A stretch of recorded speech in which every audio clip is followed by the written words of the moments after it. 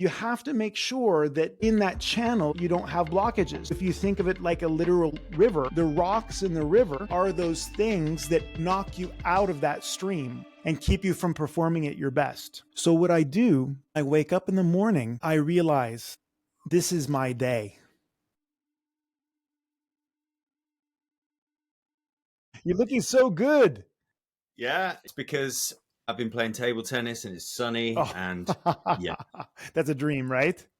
In college, I played table tennis with a guy and he's like, well, now you're good enough to beat me. And I said, well, that's amazing. And he said, yeah, now I'm going to go to my dominant hand. And then he destroyed me.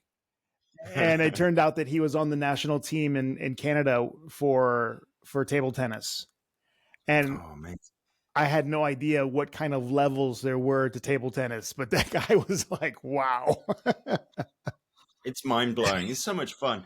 Yeah, I play left-handed as well. I play left and right, but it's fun. I was kind of joking because it's a bit more basic, but it's surprisingly good. Wow. Both hands. So I was like, start off playing left-handed and then you hustle. Yeah, exactly. Like, right, collecting the cash. And I'm like, okay, now I'm going to go to the right hand. Bam. Yeah.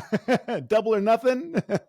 That's exactly it. One thing that I've really learned in the last few weeks and a couple of months, something I've neglected big time is sports in general. Tennis, table tennis. I like all sports really, but I haven't played it very regularly. Now, since I've started playing just for fun, my whole mental being, my energy, everything's just so much softer and clearer. I feel happier just by doing that. And I can't believe I forgot that. It's such an innate part of who I am. It's unbelievable. So I'm talking to the right person here, an athlete. Thank you. Thank you. Athletics is a great way to interact with the moment. And it's a great way also to challenge yourself. And the sport, the kind of athletic event actually is almost not even relevant because it's about being present in that moment and then letting it go and going to the next moment. Recover from the win, recover from the loss, because getting too high, that sinks you. Going too low, that sinks you. Constantly having to come back to that center and move forward, and the circulation and the oxygen that comes with the movement and everything is just amazing. The neurological afferentation to the brain and driving your neuraxis, as they'd say, is fantastic. It's a beautiful reminder. And that's one of the things I'm loving about table tennis. My brother's keeping score, which is great. Yeah. Yeah, that's it. Even if I miss, then I'm just straight back on it. If I score, I'm just straight back on it, constantly in the present. So yeah, it's a great thing to be reminded for, right? And you are a multiple champion, multiple times, 3 times world champion, 7 times European champion, jiu-jitsu. That's correct. You also like chess as well. So I'm really curious about these kind of overlapping principles because I can already kind of see the dots of how that plays out and who you are and how you show up in life. But I definitely would love to ask you a lot about the martial arts aspect. This is really fascinating to me. And it's no wonder that we connected so beautifully a few years ago because I think that's one of the things that I really connect with on a deep level. I practice Wing Chun martial arts myself, and that's been one of the greatest. It's one of my favorite things in the world, and I know it links similar to possibly what you get out of it as well, which is very simply put, pure presence. I'd love to hear your perspective on that, and what does it take to be a champion? That's a very good question. To become a champion, you have to identify first what's needed, what the job is, and then you have to constantly come back to the work. So martial arts and violent episodes are very interesting and instructive because it's very real. It's not about, but I think it's like this. No, dude, did you get hit in the face? Then that's like that. I think my defense is great. Whack. It's not so good. I just got hit in the face. I think I've been doing good training. Oi, bam. My arm bar, the guy got me an arm bar. It's not sufficient. What I'm doing is not correct. Right. So as far back as the legendary samurai Miyamoto Musashi, who wrote the book of the Five Rings, all the way to present day table tennis experts and Magnus Carlsen and you and I. All of us are searching for that total presence, but that ability to always come back to the center, always continue working. And everybody loves the underdog and everybody loves the person who's losing and comes back to win, right? But they forget that it's about taking that opportunity to come back and do the work, even though you're losing, right? And weirdly enough, even though you're winning, because again, being too high is also the death of being centered. So it's handling the extremities, the total spectrum of the emotional scope and also the mental scope, and being able to align yourself and function. So I would say that becoming a champion in the outside world is different than becoming a champion on the inside world. And they are linked, but they're not the same. So if I could tell you a story. So I was focusing a lot on my practice. I've had over 40,000 consultations as a chiropractor. And if you start doing the math on that, you realize I was working a lot. And my mother came to visit and she's like, oh, she's always used to seeing me very athletic. And I was overweight at that time because I was working from 5:15 in the morning with my first patient until 10 o'clock at night, 5 days a week. And I was doing all my paperwork and insurance work in the weekends. So I had no extra time. And my mom's like, oh, Jason, you're fat. You'd have to start getting in shape again. I don't recognize my son, right? And I was like, oh, you're right, Mom. Look at me. And not that the weight was the actual issue, but I wasn't really physically thriving like I always had because I'd prioritized something completely different than I did earlier in my life. So when I started becoming athletic again, I was trying to figure out what sport I would be amazing at. Because one of those things that I enjoy in sports is performance, but also I like to compete. And knowing that about myself, it's not just, competing against a watch. I would like to see how other people are doing things and how I match up. So I started doing road racing with bikes. I was bicycling, and I'm a large man. So at that time I was like 240 pounds, maybe like 510 kilos. And I started losing weight with biking and I got all the way down to 92 kilos. And if you know my body, even in top world-class world championship shape, I'm 99 kilos. I'm like 220 pounds. So for me to be 92 kilos, I was super skinny. I had no muscles in my upper body. I was as light as my body could get. And I was biking 22 hours a week, trying to get in the best possible shape. And now there's a cycle that people don't know about, and it's the 4-year cycle. The 4-year cycle in anything is how you get your 10,000 hours for mastery. In a sport, once you've been doing the right physical preparation, you've been doing the diet, you've learned all the technique, and you've been practicing, getting all the fundamentals there, and you start to compete in your class, if you are not within the top 10 after 4 years, it's not your sport. I'm just telling you, if you want to win the event. Now, you can still become the champion on the inside. Now, that's why I was saying they're different. But if you want to be world class, you still must pick something that fits your physiology.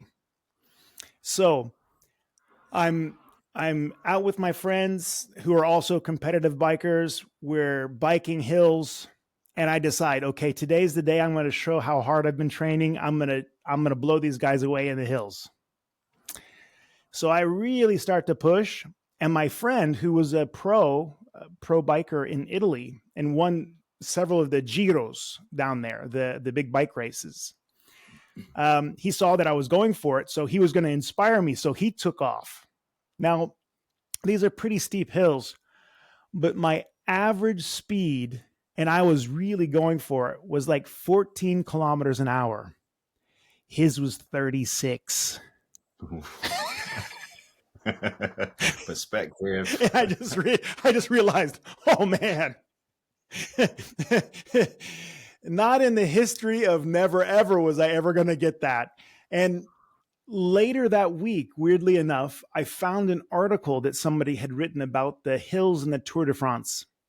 And if you were going to hold the average speed of the people doing the Tour de France in that hill, and you were over 85 kilos, so you were 86 kilos, your legs had to be stronger than the person who won the Olympic gold medal in powerlifting. Because the power to weight ratio, it goes up, not like it goes up exponentially. So at 92 kilos, at that moment, I realized it's never going to happen for me to be a pro in biking. So I kind of like thought, okay, how am I going to find my competitive edge? So it's being a champion on the inside. I kind of figured out what my absolute physical limit was. Now my heart and my mind, completely different. But the size of my body was absolutely positively not going to give me that championship. I would never have 36 kilometers an hour. And that's not like, oh, you're just mentally blocking yourself. No. That is a anatomical, physiological fact. And I think that's really something that one has to relate to when it comes to specific athletic events, you know? So then the same week, weirdly enough, after this article came out, I was sitting down and I saw this amazing thing on YouTube. It was a fight between two guys. I knew it was a fight, but it kind of looked like wrestling, but it kind of didn't look like wrestling. And they were like cranking on each other's joints and it looked really cool, but I couldn't really identify what it was. And I realized, I want to do that. That's really awesome. I mean, these guys look so good and they look so happy and it's so creative. It's so exciting. It's so fast. What is that? And I was trying to search on what it was, but there were no tags or information. So I was like, oh, okay, well, not to be. And I got distracted. 6 months later, I saw the same fight again and I showed it to one of my friends and he's like, oh, that's Brazilian Jiu-Jitsu. And I'm like, oh, what? Yeah, Brazilian Jiu-Jitsu, man. Check it out. There's something in the gi or in the kimono. It looks kind of like judo. And there's something that looks more like wrestling, which is like in a rash guard and shorts. And that's what I was watching. I'm like, that's amazing. So it's kind of like a submission wrestling or something like that. And he's like, yeah, that's what it is. So I started to search for a master. And then I finally found an amazing jiu-jitsu black belt in Bergen. His name is Andre Porto de Carvalho. And he gave me my first seminar in jiu-jitsu. And the rest is history. So getting my body, again, specifically trained for jiu-jitsu took me 4 years. It took that cycle.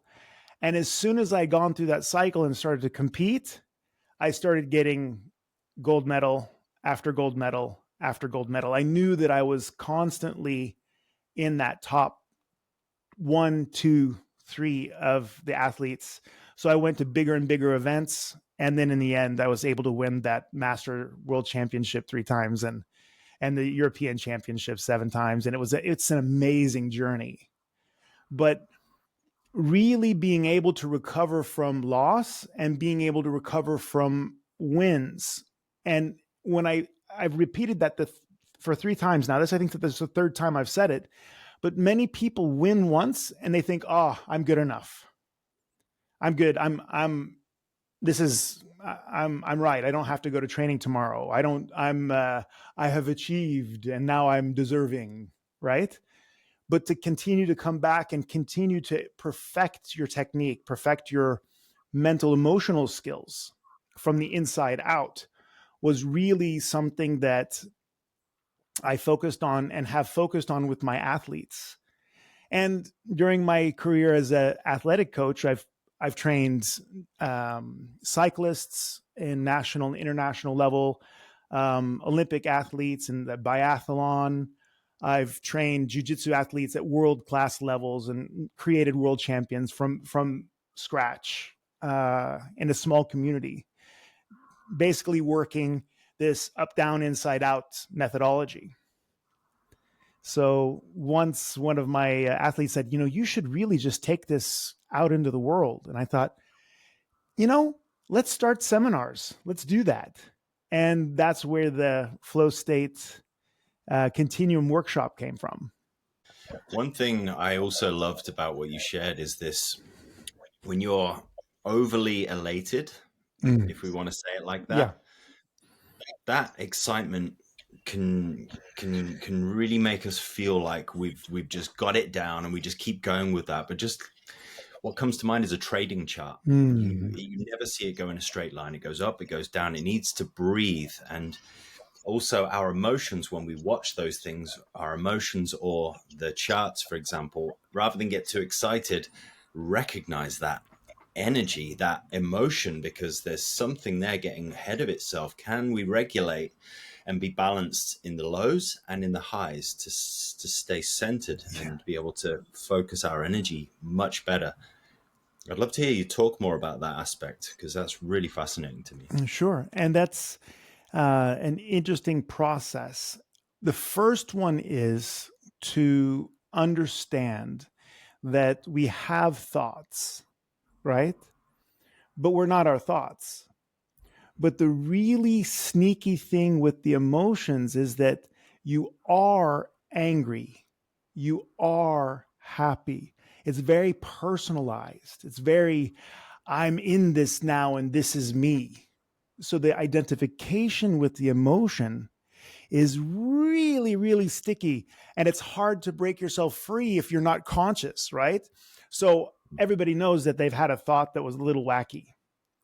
But they never thought, I am eating 7 liters of ice cream, right?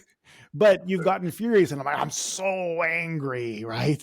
So that personalization, often if it goes the wrong direction, and when I say goes the wrong direction, if it goes up, not up, down, inside out, which is our methodology, but if it goes down, up, then your emotions can start coloring the way that you're thinking.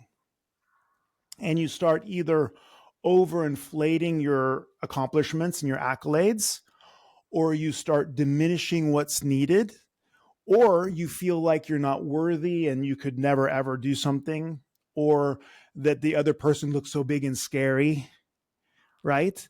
So that regulation is to be able to recenter yourself through meditation, through a breathing technique that we call moksha meditation, and then to be able to bring that back down from that peace and that centeredness into the emotions, realizing the definition of emotion, which is energy in motion. You're not a happy person. You're not a sad person. You are an entity with the full range and keyboard of emotions.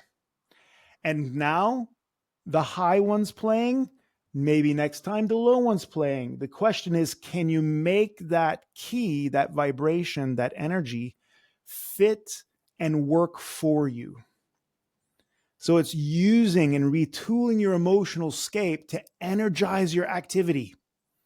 So if I'm terrified, it's not about ignoring terror. It's not about trying to pretend I'm not terrified. It's not about trying to be more enlightened than a person that's terrified. It's about, wow, I'm terrified. Let's channel this puppy into something useful and make that terror work for me. Right? So It's one of those things that's one of the mastery techniques of an inner champion, and that is to be able to repurpose what's going on inside you to create and manifest the beautiful life on the outside of you. But most people don't know the definition that I use of that emotion. It's that full scape. You are total as a human being. So people can say it, but when you're going to compete with a guy who is larger than you, who's on steroids, who's from the Eastern Bloc and has literally survived the Afghani war, has his friends' names tattooed on his neck that have died next to him in shooting battles, and has torn the knee apart of his previous victim in the competition because he didn't honor the tap, and he's your next fight. The question is, have you done your inner work? This is the question. And that's why I like sports and I like martial arts situations for that. Not because I'm a violent man. I've actually never gotten into a fight as an adult. Of course, when I was in kindergarten, outside of a jiu-jitsu or karate match. But understanding the potential in any situation to be a situation that you need to be able to adapt and center yourself helps you everywhere. Because if you can perform well when that guy's trying to break your knee, you can also perform well when the neighbor's yelling at you, your boss thinks that something bad happened, you can't pay your rent, or somebody gets sick in your family, or you get sick. To be able to handle that situation and recenter yourself is so valuable. So I always think about my sport accolades as a result of me preparing for when I really need to show up. Another thing that you shared earlier about the losing and coming back, I was watching one of your videos, and you were in a competition, and it was just really cool to see you were sharing. You didn't win that particular competition, but you were sharing one of the things. You were just saying, I get the opportunity to come back next year and to try again. And something as simple as that, I think, is what I perceive as a key aspect of that champion's mindset. But there's something beautiful and humble about it, but it also was not contrived. It was real. What comes to mind, again, if I can use the analogy of table tennis. Again, yeah, it's beautiful. Thinking, say, you win a point, just 1 point. That feedback is really fast. The next, you get to play another point straight away. But with a competition, you have to wait an entire year. But in the grand scheme of things, it's the same kind of feedback. You need to be right. I have the opportunity now to win right now. Yes. But it takes it takes a lot of persistence, courage, love, reflection, all of this to spend an entire year to then come back and rebuild a new mindset from that space to go, hey, I'm coming into this championship again. And here's my opportunity. And that's the key. It's opportunity. Yes. Not just blaring in with ego. I'm going to win this. Just, I have the opportunity to do my best again. Absolutely. What a beautiful, beautiful way of saying it. That was a very clear statement. And that's what it is. It's really an honor to be able to push yourself outside of that comfort zone. And it's such a privilege to be able to have the free choice to work towards something big. And even if you didn't get the expectation, like you were saying, how many people get to challenge and test themselves at that level, right? How many people push themselves there? And all of the good things that came to my life because I was focused and pushing myself there. I'm humbled, and I'm also humbled by the people I competed against, both the times that I won and the times that I lost, because they tested me. They gave me that test. You love them. You love them. You fight furiously, but afterwards you understand because they stood there with you in that heat, even though the two of you were creating the heat, the battle, right? You were standing there together in that fire. And it's like you're saying, it's a beautiful thing. And doesn't mean that though you have the gratefulness and the understanding, that's the total perspective. But of course, there's a drop in the heart when you lose. But I'll tell you a secret. There's also a drop in the heart when you win. Because when everything in your life is focused on one event and it's over, what do you think happens? What do I do now? Exactly. Your life becomes meaningless. Instantly, it's like they give you the gold medal and you're like, ah, right? And this beautiful lady kisses you on the cheek and she's like, congratulations. And you're like, thanks. And they take your picture and you get off the podium and you're like, damn, what now?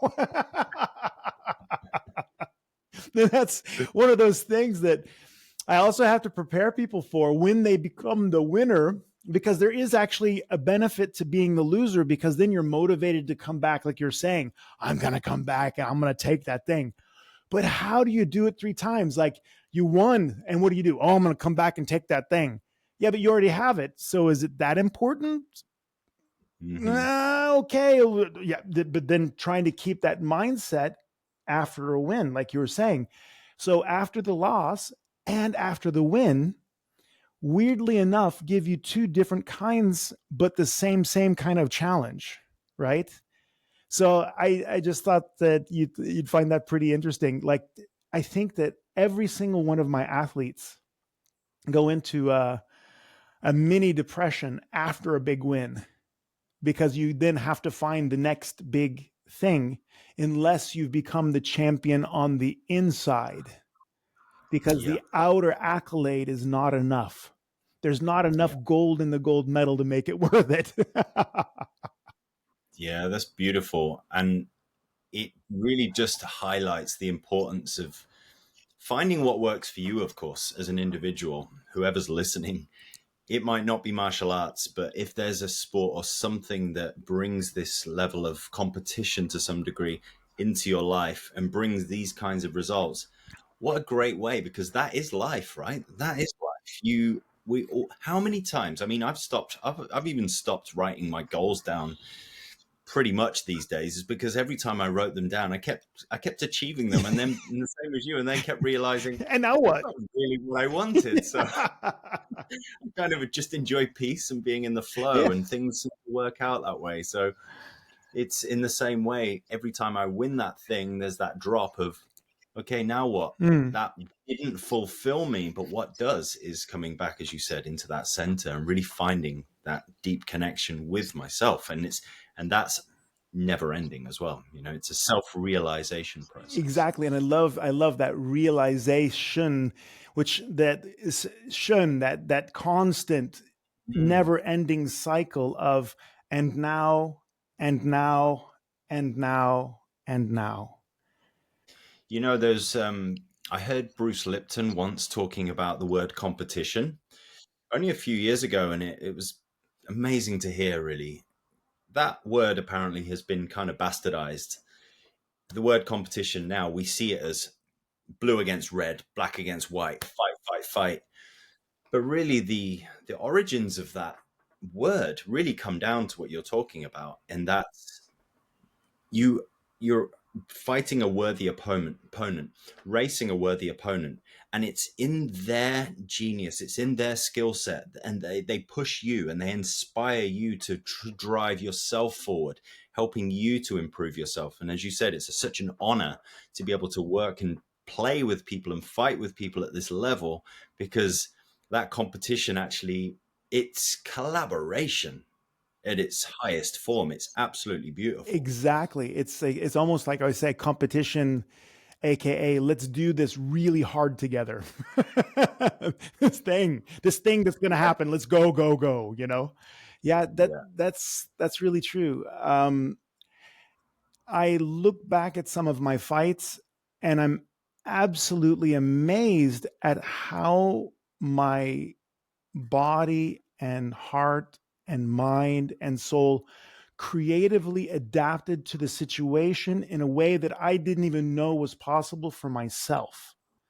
I just saw things. I look at the video. I'm like, wow, that was good. I never trained it.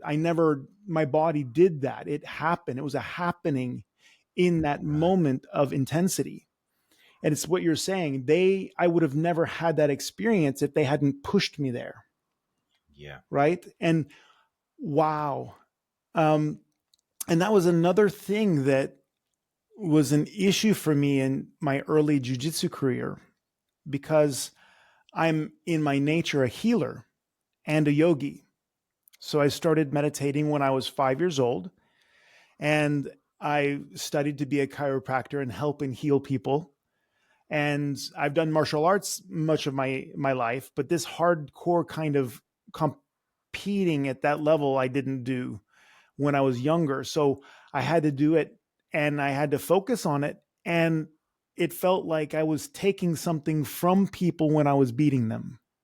If you know what I'm saying, I'm snatching their dreams away, or it was a very hard one for me. And another thing, Steve, was very interesting for me. I almost quit jiu-jitsu at this moment. This may be an interesting thing. My first competition was the Nordic Championship. So I went to Sweden, and the Nordic countries, they're, very good at jiu-jitsu, not like Brazil and in the US, but they're quite good. This Nordic Championship. And I'm having this fight with this guy, and I get an armbar on him, and I start to squeeze, and he's supposed to tap because I can feel that his arm is straightened and there's tension in the joint. And I stretching that thing. And I'm like, why isn't he tapping? He should be, the fight should be over now, right? And then suddenly a sound like a gunshot went off. And when I say a gunshot, it literally sounded like somebody shot a gun in the auditorium. And I realized his elbow broke. I snapped his elbow right off, like not even a little bit, like it was snapped and going backwards, like one of those horror films you see from the UFC or from a sporting event. And I'm like, oh my God, I just broke a guy's arm. This is crazy. And then I got into a different position because I was actually down on points. So I had to kind of come back to myself again and like, okay. And I got a dominant position. I got the points and I won. And then afterwards, I walked over to him because he'd gone to the hospital, and he came back, and he said he was going to have a surgery the day after because he'd been eating, and he wanted to come back and visit his friends and watch his friends fight, to show how, that guy's pretty tough, right? And he thanked me. And I'm like, I don't think you should be thanking me for breaking your arm. That made me sick to my stomach. I don't know if I can do this. This is too much. And he said, no, thank you. Because I didn't know that I could go that place. I didn't know that I could stay and focused. He said, I lost the fight. And yes, I should have tapped, and I'm going to tap next time. But I didn't know that I could still fight after something like that happened to me. I could still function. And now I know that that's not the bottom in me. And I just thought, wow, that was quite an interesting perspective there. And I realized I didn't break his arm. I won the fight, and he didn't tap, and therefore his arm broke. And then I'm like, okay, people get injured in sports. It's not necessarily my fault. I shouldn't have known where the limit was for his elbow. That's why he should tap. So I was able to continue working my psychology so that my emotional state allowed me to continue to perform. So again, that's also a coming back to my center. But it was an interesting thing because I participated in a person's search for where their limits were. And then I realized that's what competition is. We're searching for our limits. We're searching for what we're capable of. And then all of my negativity, or I should say my aversion to competition, if I ever had any, disappeared immediately. And then I loved all of the people who I competed against, even the ones that tricked me and were dirty and were taking steroids and were doing everything that you can think of to get around the fight so that they could win, I still appreciated them, because the job for me was always to come back. Always come back. Yeah, it's great to hear spiritual practices being talked about a lot more these days, because it can be so easy to just jump straight into any competition or any area of life for that matter and miss out this really key ingredient, because I think it's everything is missing without a spiritual aspect to it. Yeah. Yeah. And you've been practicing this for so long, and I've seen you on stage and I've met you in person, and I can feel the energy with you, the groundedness, and it's very interesting. It's very palpable, being in your presence and knowing that you've gone through those kinds of challenges as well in that competitive field. I would love to hear from your perspective. How do you particularly bring that spiritual aspect into your life on a daily basis, or what is your kind of routine around that?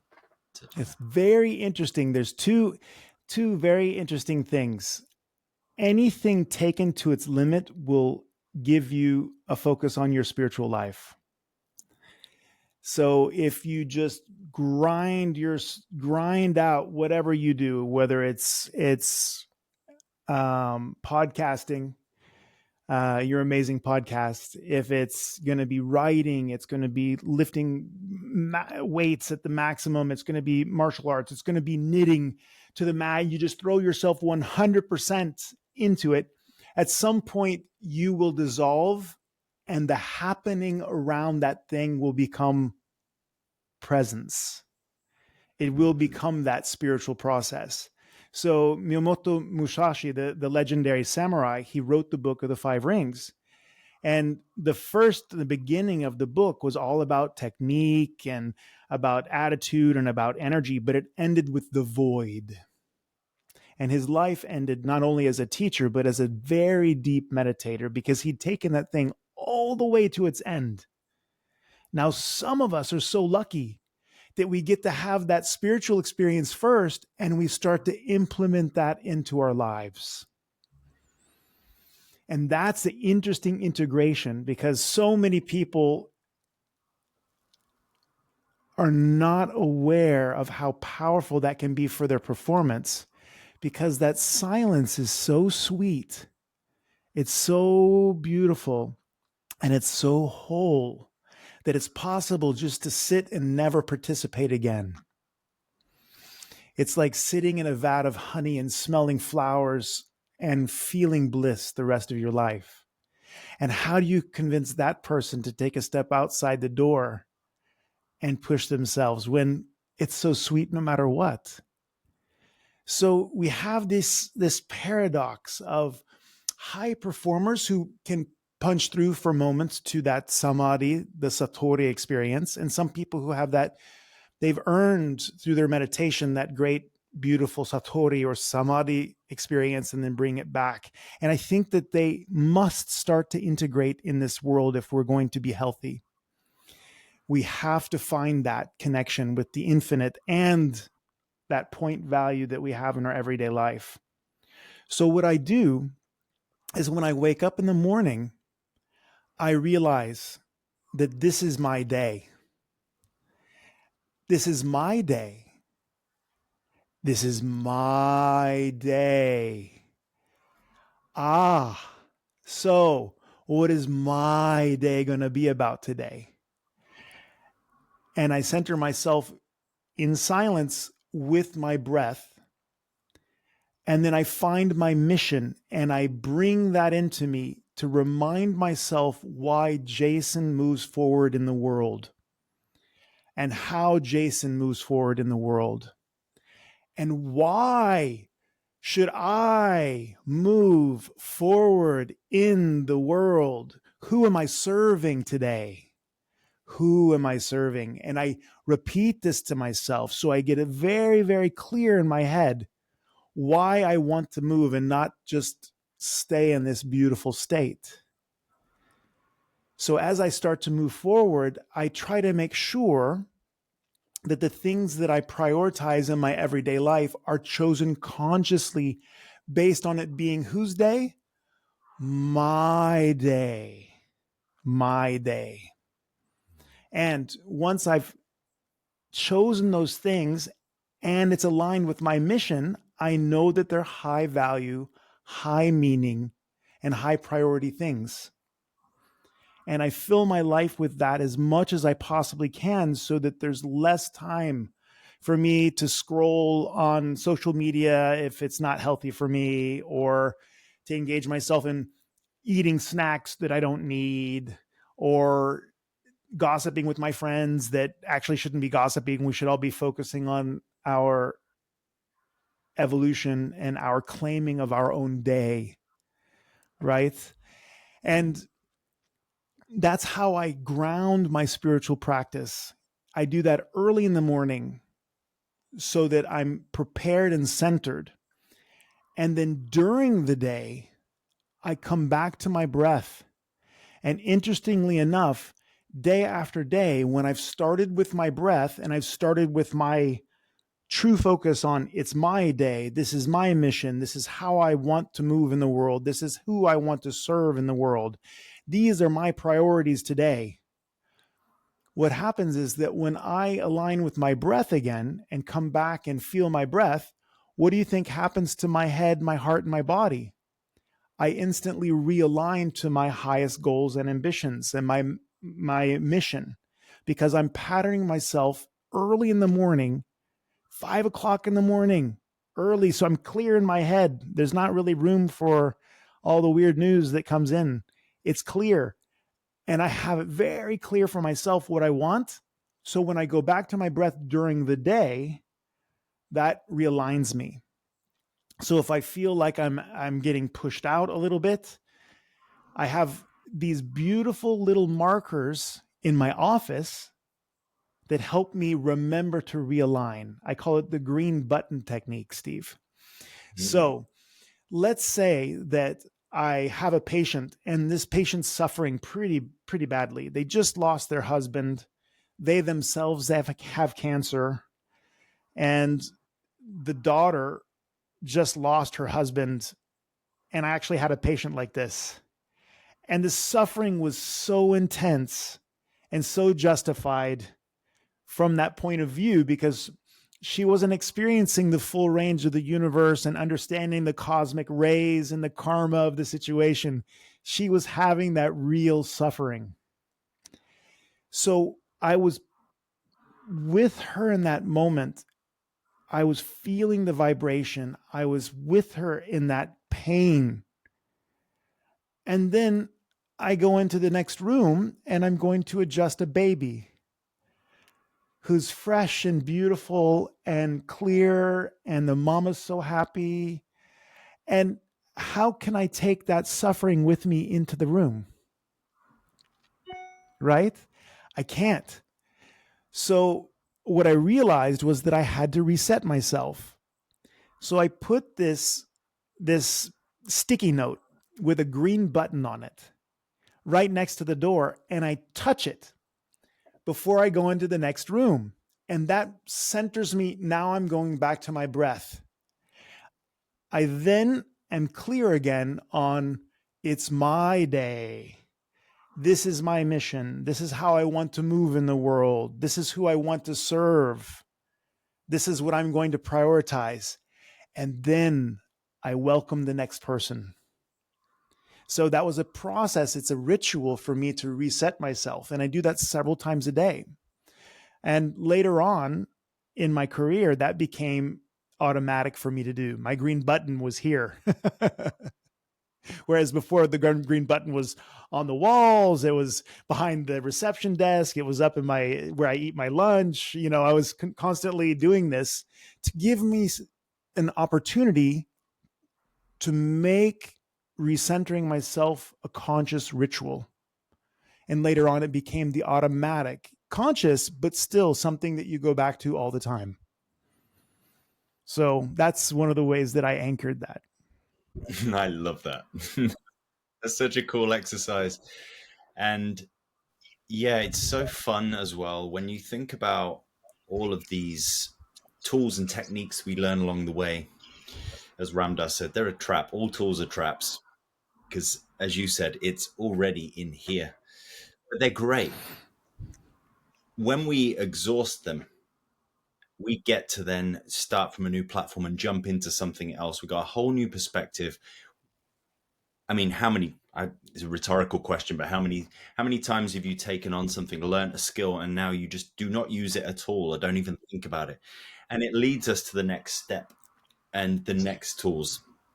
And like you said, you use this green button and all of a sudden you're like, I've done it so many times that I only have to think about the green button and I'm reset. Yeah. And it's the same as when you... Exactly. The vehicle just falls away. Yeah. The vehicle falls away. Yeah. And the amount of times I've transformed my emotions or changed my beliefs, and it started off as a process that may have taken an hour, 2 hours, whatever it might be, then half an hour, then 5 minutes, then 10 minutes. And you're constantly getting this reminder that we're infinite. Yeah. If I'm infinite, if it takes 5 minutes, why stop there? Yeah. Maybe 3 minutes. Why stop there? 3 seconds. Why not? Blink my eyes. Done. It's already here. Yeah. So it's a beautiful thing, but it's a great technique for any of us as well, especially when you've got a lot of distractions around.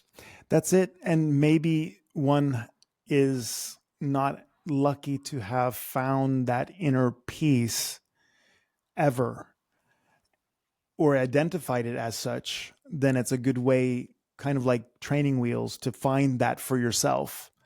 And to remind yourself when it's really hectic and you're increasing your stress level by taking on more and more as we get older and grow up.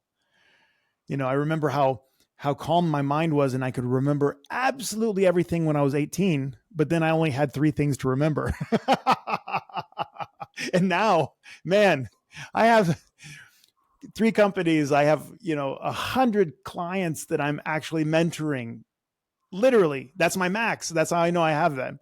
So to remember all of this, it becomes more and more challenging. Therefore, if I hadn't had a technique to begin with to make, like you're saying, that automatic, if I still needed a vehicle, it would be very, very useful. But right now, it's not necessary anymore. Mm-hmm.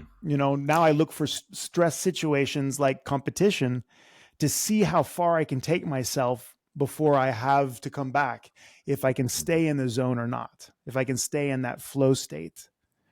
Yeah, it's wonderful. And you've got integrated human is all connected with how to integrate spirituality and physical, and obviously with your expertise and experience in the competitive field as well. Could you distill down from your perspective what it means to be an integrated human? Yes. Thank you. What a beautiful question. We say that we work up, down, inside out, creating the outside world as a reflection of our inner world. Now, there was a psychologist in the 70s and 80s who created or coined the phrase flow state.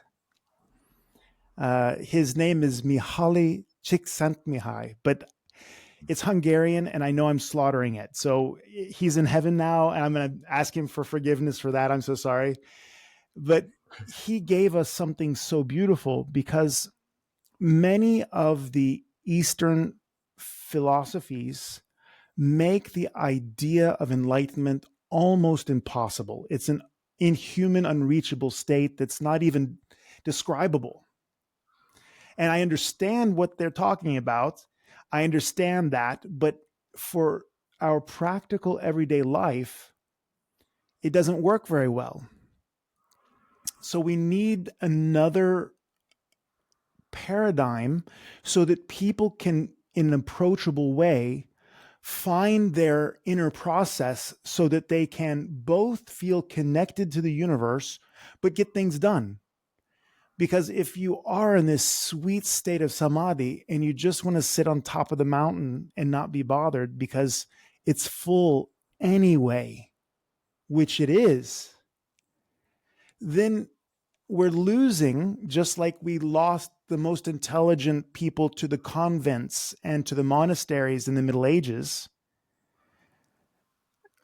We lose a lot of great people who have great self-development that could share that with thousands and thousands if they were just to show up in society and show that attainment, show that expertise, anchoring and showing and teaching others. So the flow state was something that I was like, you know what? That's probably the methodology that I can use to help my athletes really understand this inner state, to become the champion on the inside, to manifest the result from up, down, inside out, from your highest, your soul, your silence, your pure consciousness, to your universal awareness, through your worldview and your personal philosophies, working through the roles that you've chosen in your life, picking the values that work in those roles, mastering your emotional life, and then like a lightning strike, land in the body and perform like a champion. And that is that channel that we call the flow state channel. One of the limitations of the old flow state that Dr. Csikszentmihalyi gave us was that he identified the state as a state that arises when you're in a very well-known situation where you have expertise and the stress level goes up to an adaptable but high level, and you lose your sense of self because you're completely plugged in, because you have both challenge and you have competency. The problem, and then those things would align and you would have flow, because at that moment there was energy and no time for second guessing, no time for personality issues, no time for previous traumas, because there was so much action. And because you have competency, you've already earned the right in that small channel to avoid conflicts in your worldview and your personal philosophy, because day after day you've been working with that thing. But I realized as I was becoming an expert in flow state that excludes then every learning situation ever. And if there's a situation that I want to be in the flow state with, it's when I'm learning. I don't want to have to start out the expert to find my flow. So I was like, how am I going to solve this? And I realized by observing myself and observing my athletes that people get kicked out of the flow state because of an underlying program that they're running. You feel like you're in flow until you get triggered, until you get embarrassed, until you're wondering if you're able to achieve, unless you remember, oh, Jay, what do you think that guy thought about me? Oh my God, did I pay the rent? Oh, did I feed the cat? You're not in, suddenly you're out of flow because your thought patterns, your previous traumas get triggered. So in this channel that's there that we're establishing, you have to make sure that in that channel that you don't have blockages. So if you think of it like a literal river, the rocks in the river are those things that knock you out of that stream or slow that flow down and keep you from performing at your best. So I had a friend who wanted to be a world champion, but he didn't want anybody to know who he was.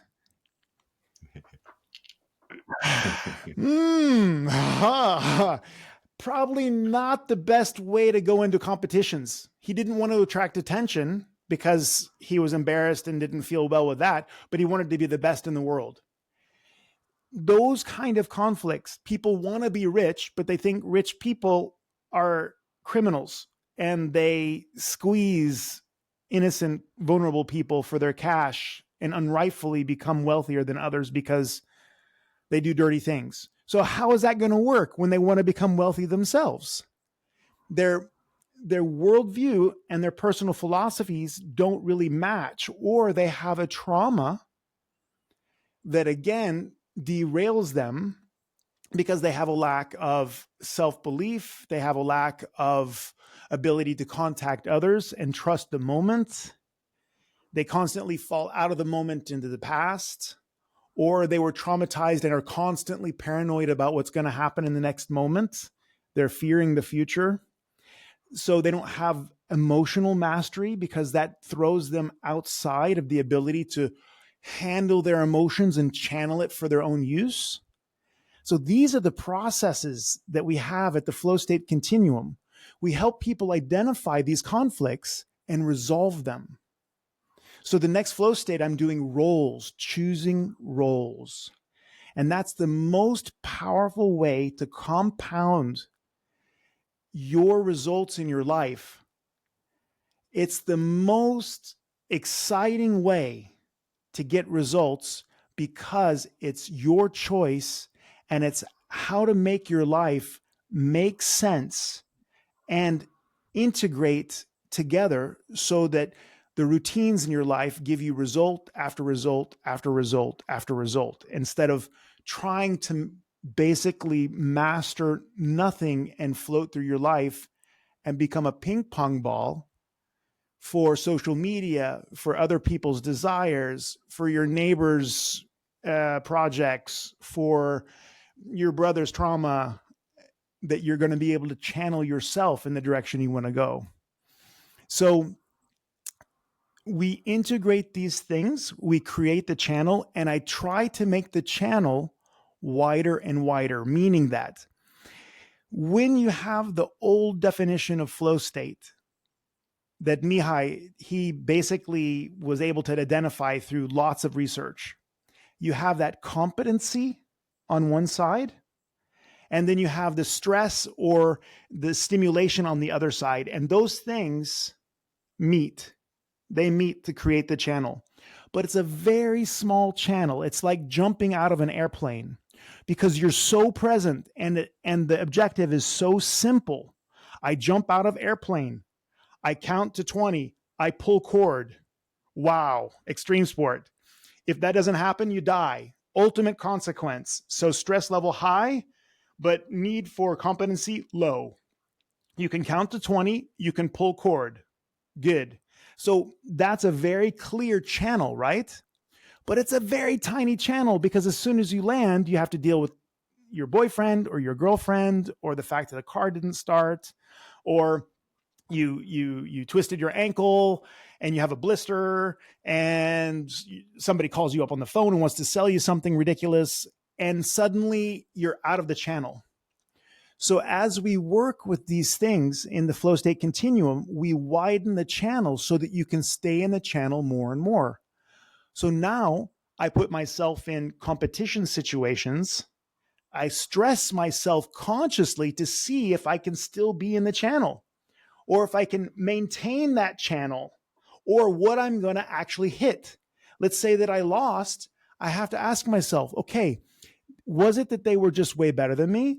Or was it that I lost my channel in the middle of this because I got triggered, because I got fearful, because I got high on myself, because I didn't respect, or what was it that happened there?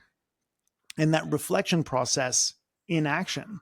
So if we could have our beautiful meditators bringing that beautiful consciousness into action and interrelating with the people around them and showing that sparkly excellence and sharing that process with others, this world would be so freaking amazing.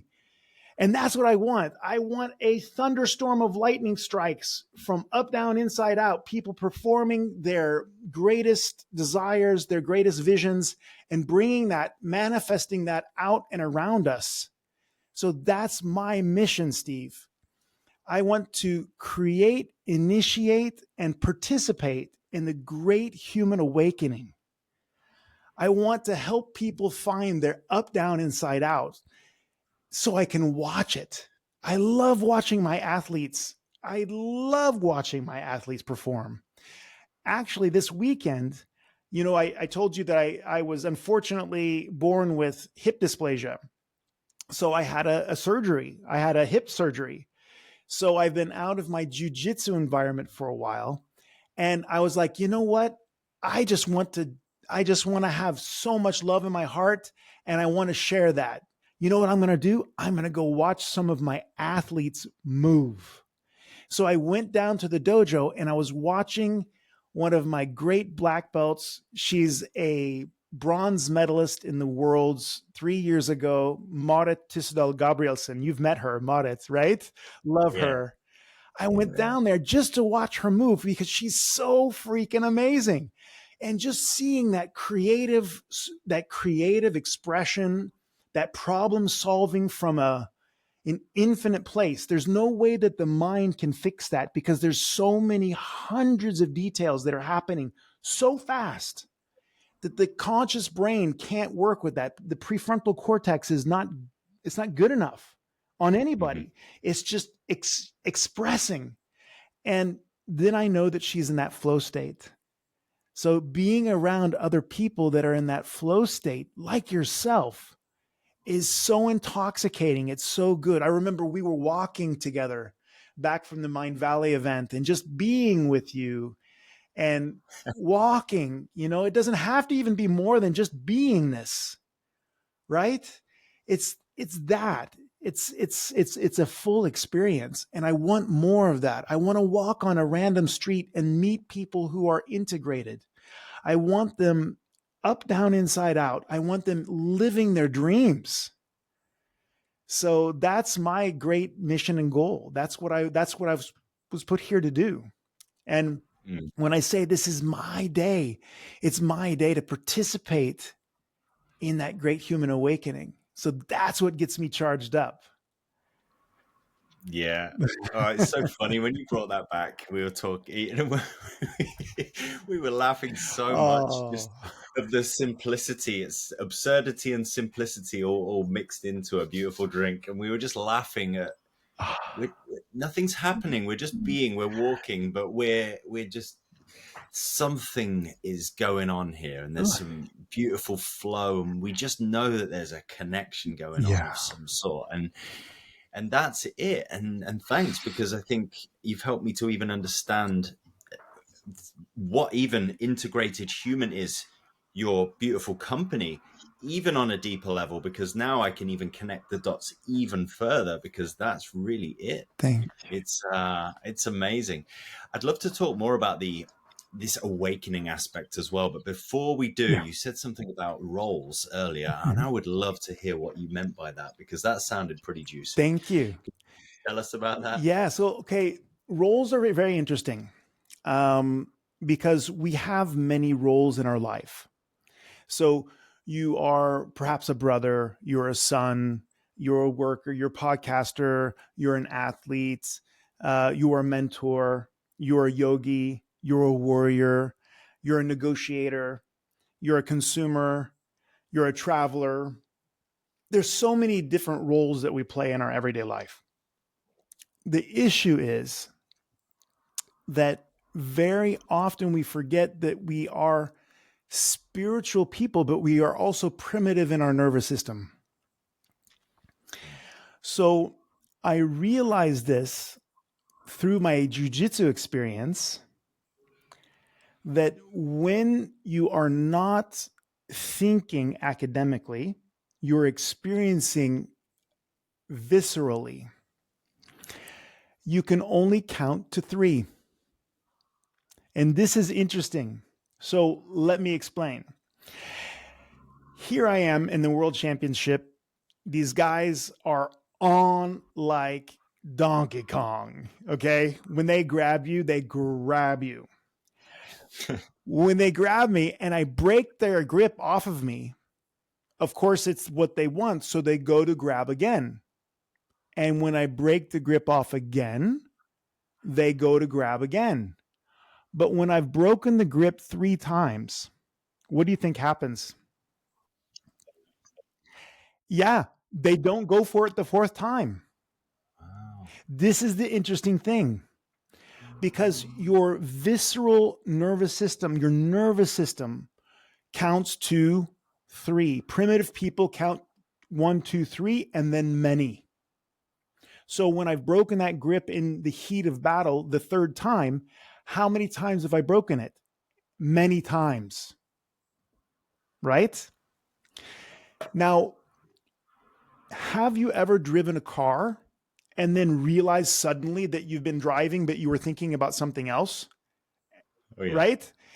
Most of us actually, when it comes to the roles that we're playing, are on automatic pilot, because there is a part of our nervous system that is awake and functioning driving the car. You slowed down, you've turned on the turn signals, you may have turned the lights up and down if it's at night, and that's all happening automatically. So there is a kind of conscious, but as soon as the truck starts to brake in front of you, you come back and you brake because you're still aware. Unfortunately, when we haven't chosen our roles, that part of our nervous system is running our lives. Do you understand? So it's about choosing, consciously choosing that. Exactly. So Right. now I'm going to layer out from jiu-jitsu as a metaphor, and then we'll come back to everyday life. I had my athletes in a circle, and I was like, okay. And I didn't tell them anything about the exercise. I said, okay, what I would like you to do is I would like you to tell me what your 3 major roles in life are. And Marta was like, oh, I'm a competitor. I'm a competitor in jiu-jitsu, right? Because she's a bronze medalist in the world. She's insane, right? So I'm a competitor. The second one was I'm a wife and I'm a worker. So, okay. So she's going to be able to consciously prioritize those things. The other 100 things that she has as roles in her life will come, but they'll come when it's needed or there's time. They're not going to be a high priority, because that's not, having a super clean car isn't really that important for her championships as a competitor. Not maybe could be important as a wife, not really important as a worker, as long as she's looking good and all that, but her physical health is important for all 3 of those. So training is going to be easy, right? So lifting weights and staying in shape, and diet's going to be easy because that serves all 3. So now you start understanding how you actually compound your results, because the things that are easy in your life have, of course, highest impact on the good that you have, quote unquote, chosen. Maybe you haven't chosen it. And that's the problem. Why do some people get way better results? Is because they consciously choose, and then the activities that serve those things that give the results that they want become automatic behaviors and easy to do, right? So like Jordan Peterson says, if you work 15% more every week, you'll actually double your income. It's only 15%, but everybody else is working way less. So just 15% more than everybody else is giving you double the returns. And that's the truth when it comes to this selection. So I went to the next person and I said, so my friend, and he's a competitor. I said, so what are your 3 major roles? And he's like, well, I'm a student, I'm a husband, and I'm a brother. So what was my advice to him? Stop competing. Stop competing. Train, but stop competing, because competing is dangerous. It costs money. It costs health when you get injured. And if it's not in your highest priority, are you going to be prioritizing the training you need to do in order not to get injured? Nope. So he was also the guy who was missing more trainings than everybody else, because it wasn't one of his priorities. Mm-hmm. So this is the point, that you need to be honest with yourself. Okay, you're a super ultra achiever. Maybe you have 4 roles instead of 3. Everybody else can have 3. But I'm telling you, 3 is enough if you choose them appropriately, right? So I'm a mentor, I'm a healer, and I'm a teacher. Those are my roles. Those are my roles. And my results compound themselves because I've chosen them and because I've limited myself in excellence. This is where I want to be excellent. I don't have to be really good at tech stuff because I have people helping me with my tech stuff. God bless them. I'm so grateful. But if I was going to try to master every field around me, would I be able to really deep dive into the chosen areas of my roles? Absolutely not. So not only does it give you better results, but it also protects you. Because when you really double down on those things, you're also not wasting your energy on lower priority things. So when I'm treating patients, I don't have my mobile phone with me. Why would I have my mobile phone with me if my highest priority, one of my three, is to be a healer? Is surfing on Instagram good for my presence with my patients? Of course not. I put that thing away. It's easy. It's not hard. It's easy, right? Because it's chosen. So roles are important. Now, my grandfather, if you've ever seen the movie Fury with Brad Pitt. Yeah, I heard about this. I wanted to ask you actually. So yeah, tell us. Yes. My So cool. grandfather, and this is one of the places that I learned this this priority thinking. He is the original war daddy, the one that Brad Pitt played in the movie. But my grandfather's life is actually more compelling and more fun, and the actual story around him is better than the movie. He didn't die. He went through all of the Second World War without losing one of the guys in his tanks. He didn't lose a single guy. He killed 1,000 Nazis. He took 1,500 Nazis prisoner. He took out 12 Panzer tanks and 248 motorized vehicles in 81 days. 81 Wow. days. Think about shaking 1,000 hands and then another 1,500 in 81 days. This guy was a machine and he stayed as far forward into the front as possible. And guess what the name of his tank was? In the Mood. Because when that is your chosen thing, you're in the mood every day. He never thought about trying to be somewhere else or that he didn't want to be doing what he was doing. He was 100% committed to that thing. Now, you can say that, oh, yeah, but that's soldiering and that's horrible and it's death and destruction. But again, it's very real, isn't it? Yeah. Because when the bullets are flying, you're either doing the work or you're not doing the work. If you're not coming back and centering, it's not going to be good for you. It's not going to be good for the other guys if you do. but again, the point is that the highest level of competition is war. I'm not saying we should have wars. I don't think wars. I would rather compete on the jiu-jitsu mats for dominance or for right and wrong. I don't know, whatever. Let's not talk about that. But my point is that understanding that if you're going to do something, show up and own that thing. Own it. And he was able to come back after the war. His last day, he was being shipped home. His last day, the guy that was feeding his machine gun was new and had twisted the belt, and the machine gun stopped, and they hit him with an anti-tank round and damaged his leg. And unfortunately, he had to have that leg amputated. But when he came back, he still played football, semi-professional football, and semi-professional baseball with one leg and a wooden leg. So to talk about the guy's ability to recover and still perform and how and why, but it's about choosing this. I am an athlete.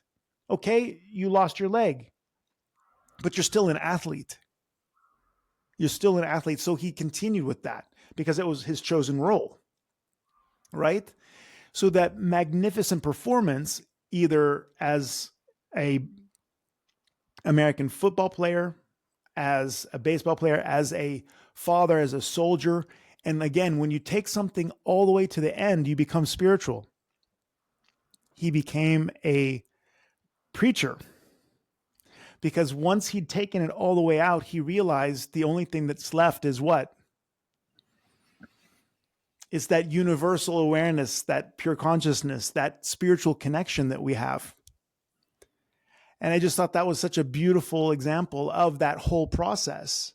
So I look up to him, not the things that happen in war, but the performance, the ability to stay in it and be in the mood. Right? So waking up in the morning and knowing what your mission is and being in the mood for your day. I love that. Yeah. Yeah. Thanks for sharing that story as well. And what are your 3 main roles that will get you in the mood? Yes, that's it. That then you know what your real priorities are, right? Now, you can say, Jason, but you're not good at making food. Well, that's true because that's not my priority. When I was an athlete, I was relatively good at eating healthy. Now I have a beautiful wife who loves making food. So I'm so lucky. Right? So you don't have to be an expert at everything, but you have to be in the mood for your chosen roles. That's right. And how do you know what your chosen roles are? Again, what you're saying, what gets you in the mood? What inspires you? Yeah, that's amazing. And I want to share something because there's a kind of practice, and similar to what we were talking about with the green button earlier, this is not a practice I necessarily write down so much anymore. It's become a bit more automatic.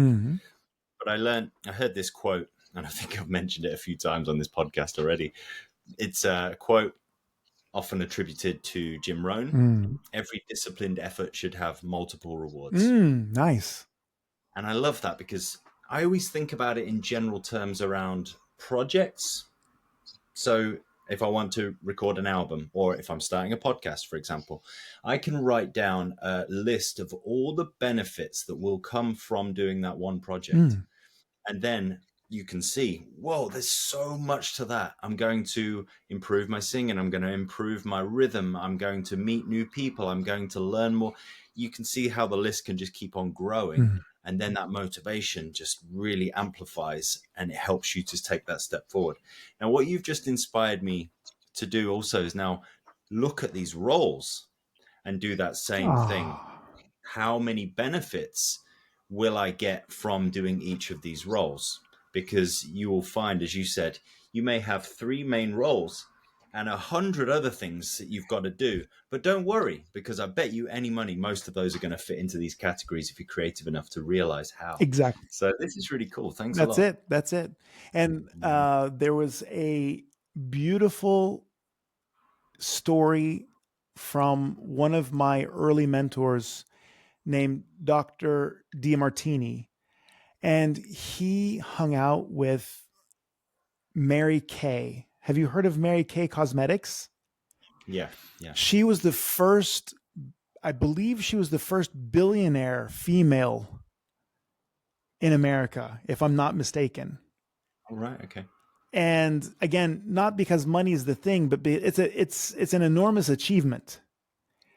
And he asked her, how do you deal with having all of these corporations and people and meetings? She said, and she was she said, honey, during breakfast, I sit down with my little book and I write down all things that I should do all day long.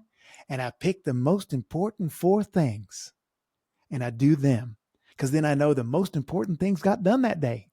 And I'll just move the stuff over to the next day. And when those things become real important, I do them. And I just thought that was really cute. We're talking about high performance. And again, this 3, 4, being able to count. But like you're saying, if you're creative enough to put those in your high or to move those into your chosen roles, they become high priority enough to be done. I things can be so simple, can't They they? can. If we just allow it to be. Yeah. One of my favorite quotes is everything should be made as simple as possible, but no simpler. That's perfect. That's perfect. It's a living quote that kind of drives me forward. Yeah. You know, it helps me to remove all the complexities and find that perfect fine line. And it's actually exactly linked with flow, as you were talking about. It's that level of competency mixed with that level of challenge. Is that the right word? You know, something that's out of your comfort zone that brings it into alignment. Yeah. It's the same with this quote, and it goes with music, it goes with any sort of martial arts, whatever the thing could be. Music comes to me a lot when I think about this. And imagine Bohemian Rhapsody, a song, one of the most famous songs in the world ever. And you imagine how complex that song is. The layers of vocals, the piano, the bass, the guitars, all the stuff that's going on. And you imagine just removing one part of that song, any part, one vocal line, a couple of keys on the piano, a bass line, or anything like this. And on the other side, imagine adding more to it. You're already taking away from the magic of what that perfect line of the simple as possible, but no simpler is. And it's just amazing when you can distill such complexity. And it doesn't mean simple, meaning a white piece of paper. There's nothing more to it. It's as simple as possible. That's it. And no simpler. And that's where this magic, and it's so linked with flow. Oh, I can see myself going to be reflecting on that thought now. that's gorgeous. That's super gorgeous. That's amazing. You know, and that's such a compelling picture, and what a great example, because it's a very complex song, but everybody knows if you took one thing out, it wouldn't be right. And if you added one thing, it wouldn't be right. It's perfect just as it is, right? Yeah, and finding that razor's edge. Wow.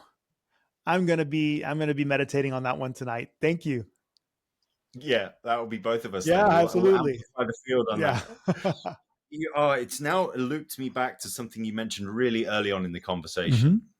You were talking about coming into alignment, and you said something, and you sort of reached out with your hand and said, "Find my mission." It was part of your routine. Yes. I tune in, tap in, and I find my mission. Yes. And I was very curious at that point. So now I'm going to ask the question. That mission, is that something that you've got conscious that's connected with all the roles and all of that? Or is this something like a frequency that you find and grab and there's that mission, and then you bring that back in? I'd love to hear how you see that, perceive that. That's beautiful. So the work that I do in myself and with other people is that we look at that flow funnel. And we start with pure consciousness. And that is that zero state, the void, that no thingness that is all present. And as that's enlivened and the potential starts to express, it becomes everythingness. And that's that duality, but singularity hasn't differentiated yet. It is omnipresent, omnipotent. It is infinite, and it's timeless. And as people do the moksha meditation with me, they have that mystical experience. That is that state of mysticism. One step down from that is the universal awareness. And universal awareness from that pure consciousness is actually a moment of understanding that there is no universe without you. You are the center of the universe, and so is everybody else. We are all completely integrated, but we are differentiated units of the whole, but never separate from the whole. I try to explain this in the same way that in shamanism, everything is connected. It's all vital. It's all living. Everything that you see can see you. You're never apart. But on the other side of it, religion means that maybe this is not criticism. It's just a distinction in the head that Jesus is the Son of God, but you may not be. That man and nature were separated in our thinking often. Oh, I have to go to nature because I have to get away. Well, there's nothing that's unnatural in a city either, is there? Everything there comes from nature. So that distinction, right? So from that universal awareness, you realize that the whole universe is present at once. There is no time.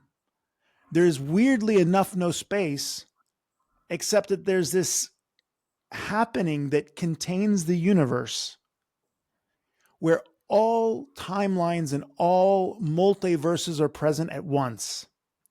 That's the vision from that pure consciousness into universal awareness. But the experience is to understand, and the wisdom is to understand that nobody actually can understand you truly because they're having their own center of the universe experience. So when I said, this is my day, this is my day, it's because neuroscience has proven that you co-create your experience with the universe, that only 10% of the information in the environment that hits your brain is added to your experience, that 90% is created by your brain from the inside. That's true for what you see, what you hear, what you taste, what you feel. It's a co-creation. So understanding that, you land in your worldview. And your worldview is in the beginning what your mothers and fathers and teachers and preachers have taught you. But over time, when you become awake, you realize you can determine the way the world is. Is the world abundant? Is it connected? Is it serving me? Is it only unconditional love, experiencing itself from different perspectives? What is your worldview? But choosing that consciously takes some deep dive work, some awareness. And from that, that's where the mission comes from. It is a transmission from up down, from that pure consciousness through universal awareness to your worldview. But then it starts to interact with your personal philosophy. And that personal philosophy, again, is it conscious or not conscious? Can you download the highest version of your vision and mission? Is your personal philosophy clean enough or organized enough or awake enough to accept that vibration? And then as it drops down, you end up in your roles. Do your roles that you've chosen support your mission? Right? Then you choose the values that suit the roles. And then your emotional state has to be available so that you can play all of the keys on the piano that are needed to make your unique music. And then when that lands in your body, realizing that your routines and the way you act and what you choose and what you do in the world reflects that whole chain. And being in that flow means that you're constantly in that zone with your mission. Then you walk through the world as a continuum, a flow state continuum. And that's why we call it the Flow State Continuum workshops, because we're working to help people find that integration and to establish and anchor that state inside them. So there's a funny thing that I call the broken toe. Would you like to hear about it? Yeah, okay. absolutely. So the broken toe is an important theme in our teaching, because If you've ever gotten up in the middle of the night to go to the bathroom, you walk and maybe you've had the bad experience of kicking your toe against the door or the bedpost in the dark. And in that moment, you just have pain. There's just, because you're asleep, you're groggy, and then suddenly there's this wow pain. And then slowly you wake up to the fact that it's a pain in a toe that's in a foot. And then that foot is a leg, and that leg's your leg. And then you start becoming the person again, not just pain, not just a toe, not just, oh my God, I'm a human being. Oh my God, it's me, Jason. Oh my God, what did I just say? I just screamed a bad word. You come back slowly to yourself and where you're living from. Suddenly, when I kicked the bedpost or the door, I was living from my pain. And how many of us live from our pain? We get stuck in our trauma. We get stuck in our trigger. We forget that we're this insanely beautiful, infinite figure that's the center of the universe, that has a mission, that has control over oneself, that has access to every emotion known to man, and actually has an unbelievable amount of options of what to do. But in that moment, we're just the traumatized child, or we are the angry person who didn't get enough mustard on our hot dog, or we're the person yelling at this other unsuspecting person in a car because we're in a rush and they did something stupid in traffic. We forget our alignment. We forget our up, down, inside out living because of our broken toe. The broken toes are those inner conflicts between these layers of consciousness that keep us from maintaining our flow. So you had flow and then you got knocked out. Why? Oh, it's because it happened. Yeah, exactly. Just because it happened. You went unconscious for a moment and you got stuck somewhere. Where did you get stuck? Let's go back and look. Oh, it's because, there it is. There's the conflict. Rework that. Integrate it. Suddenly there's no broken toe there anymore. The broken toe is gone. And then you continue to flow and the channel gets wider and wider. So I joke around with people that I just set people's broken toes during that flow states, so that flow becomes more of an automatic state of being. Like you and I had and have, we were walking together and it's just so delicious. It's just so good. That's a great experience. So that's basically the path and the work there. Yeah, amazing. When you were talking about really connecting there and the individuals, reminds me of the awakening being a car, for example. Just using this as an analogy, all the different parts. If in a car, one of these parts doesn't work, for example, you take it to the garage, you go and get it fixed, if everything is tuned up perfectly, then that car is going to drive, and it's going to drive nice. Now, if that's what it's like for the awakening, the more that we individually do that tuning up aspect, that is going to create this vehicle automatically. Then we don't actually have to really do anything, but just get aligned. And I'd love to hear your perspective on the awakening, because it's talked about more, which is wonderful. And within that, the more light that's coming into the world, there's also a lot more desperation and fear that's being kind of poured into the field. And it seems like desperation now, because this is becoming so attuned.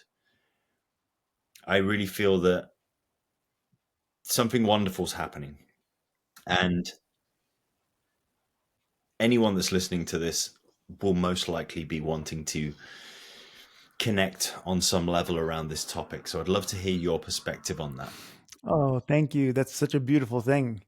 I look at the Great Awakening, first of all, from a very personal and very individual perspective, because my father once told me a story about visiting his friend and his friend was reading the newspaper, and the 4-year-old, his daughter, was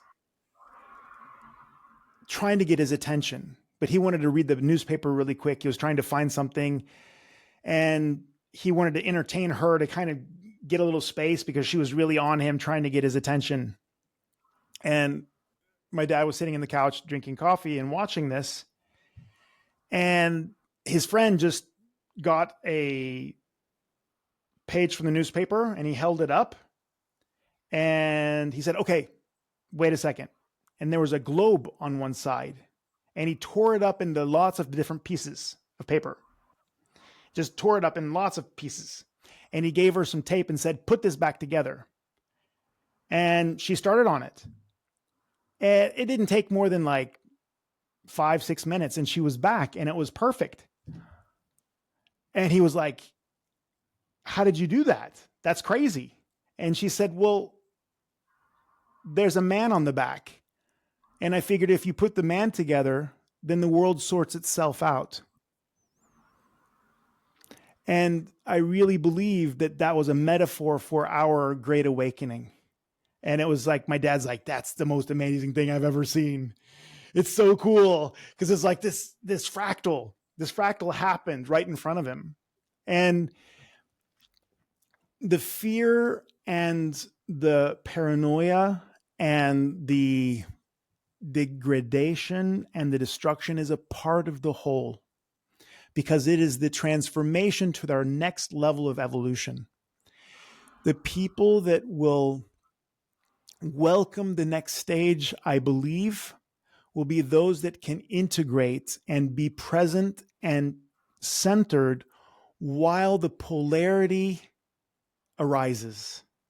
The people that can withstand and be strong when it's dark, and withstand and be strong when it's light. Because everybody thinks it's, oh, bad, dark, bad, scary, bad. No, you need that to be able to transform that, to integrate it, to continue to channel it. Like I said, and when I was looking at my co-competitor, and he's terrifying, and he's literally killed people, and he's literally damaged the last guy that he competed against, and he's definitely on some kind of chemical enhancements. And I know that I've been training so long for this European Championship that I can't and I don't want to pull out. And I know I'm meeting this guy in literally 45 seconds. I'll tell you that me being terrified of him and being able to channel that energy but still be very clear was the most powerful fight that I'd had that whole year. That guy didn't last more than 1 minute and 36 seconds, and I finished him. Because I was like, I do not have the opportunity to let this guy play. I have to get on it. But if I'd been relaxed and not had the fear, would I have been as precise? That's my question. So I think that the evolution of man is to realize that we are total beings. Yes, we're beings of light, but we're also beings that maintain and hold the whole universe. We're the center of the universe, but we are the center, and we have that whole scope. So if we want to deny half of ourselves, we're in trouble. In many of the old Eastern religions, they had something called the golden chain. Have you ever heard Ram Dass talk about the golden chain? Yeah. And I thought that's such a beautiful example of that everything has to be nice and sweet and syrupy and positive and clean and wonderful. But life is not like that, my friend. Life is full. And I don't know about you, but my house does not keep clean. I have to clean it. And I have to accept sometimes that it's dirty and I don't have time to clean it, right? We still have to perform. You know, I still have the anger. I still have the frustration. I still have the small personality issues, but now they're itsy bitsy tiny in relationship to my cosmic perspective. I still work on that personality level because that's how humans interrelate based on their personalities. If you're going to be this infinite being, you're not going to have very many friends because they can't relate to that. We interface through those small things, which is our sufferings and our happies and our joys and our celebrations and all of these narratives and stories that we live in. We need those things, so we don't want to get rid of them.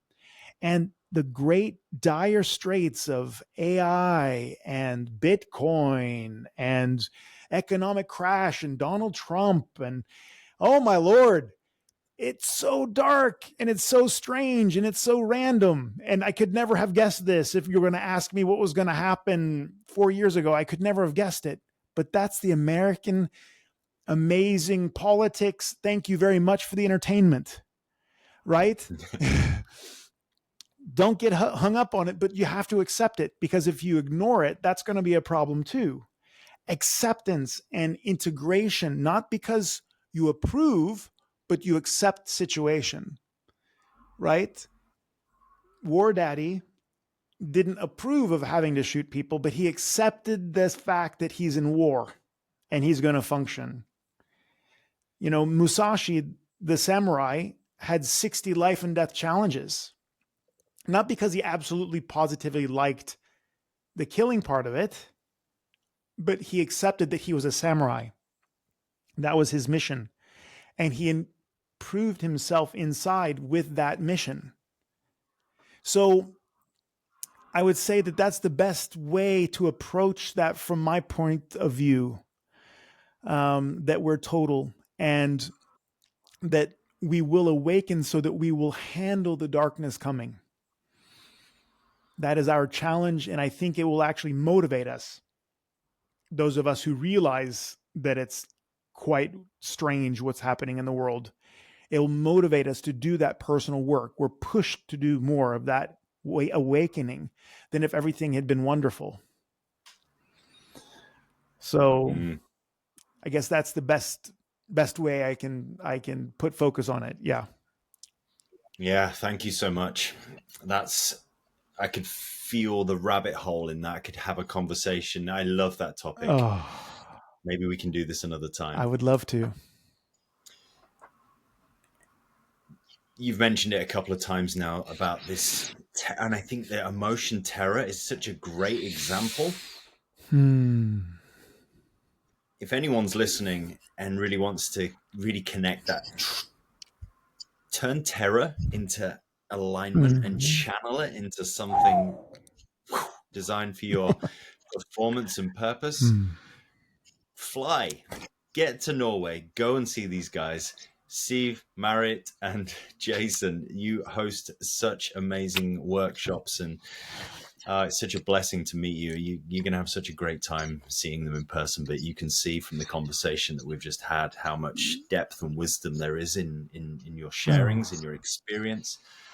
And it's been such a pleasure to have you here. Thank you. Is there anything else that you would love to just share with the audience listening now before we part? Understand that Steve is a special soul, and that this podcast is something that you should share with your friends. This guy walks in that light. He walks in that flow. And please recommend this to your friends. It's important. He has an insight and a heart that is indescribable. It's so beautiful. And thank you, Steve, for being that person and being that person in my life. If I can, we met Steve as he was taking care of literally hundreds of people. And I'm actually wondering if it was borderlining on thousands of people at the event when we first met you. And you worked like one of my heroes, Mata Amritananda Mai, the hugging saint, Amachi, where she shows up and she's present and she's kind and her heart is filled with every person she meets for days and days and days and days and days and days. And that's what you did. You showed the infinite source of love for all of the people there. You were up early. I don't think you actually went to sleep. I know you didn't eat. We had to chase you with sandwiches the whole time we were there. Do you remember that? The first thing we'd say, Steve, have you eaten? Have you eaten, my friend? Have you eaten? Yeah, I'm fine. I'm fine. No, eat. You got to eat, man. You haven't eaten. I can see you haven't eaten. I'm fine. No, eat. Completely pushing your own needs and personal to the side. Like I'm saying, in that flow, you disappear in that flow and you just are that thing. You are that service. You are that mission. And that's really where I saw that shine for the first time. And I just wanted to give you that feedback and that reflection because it was such a beautiful thing to witness, Steve. I was so honored to be there with you and also so impressed with that service that you gave.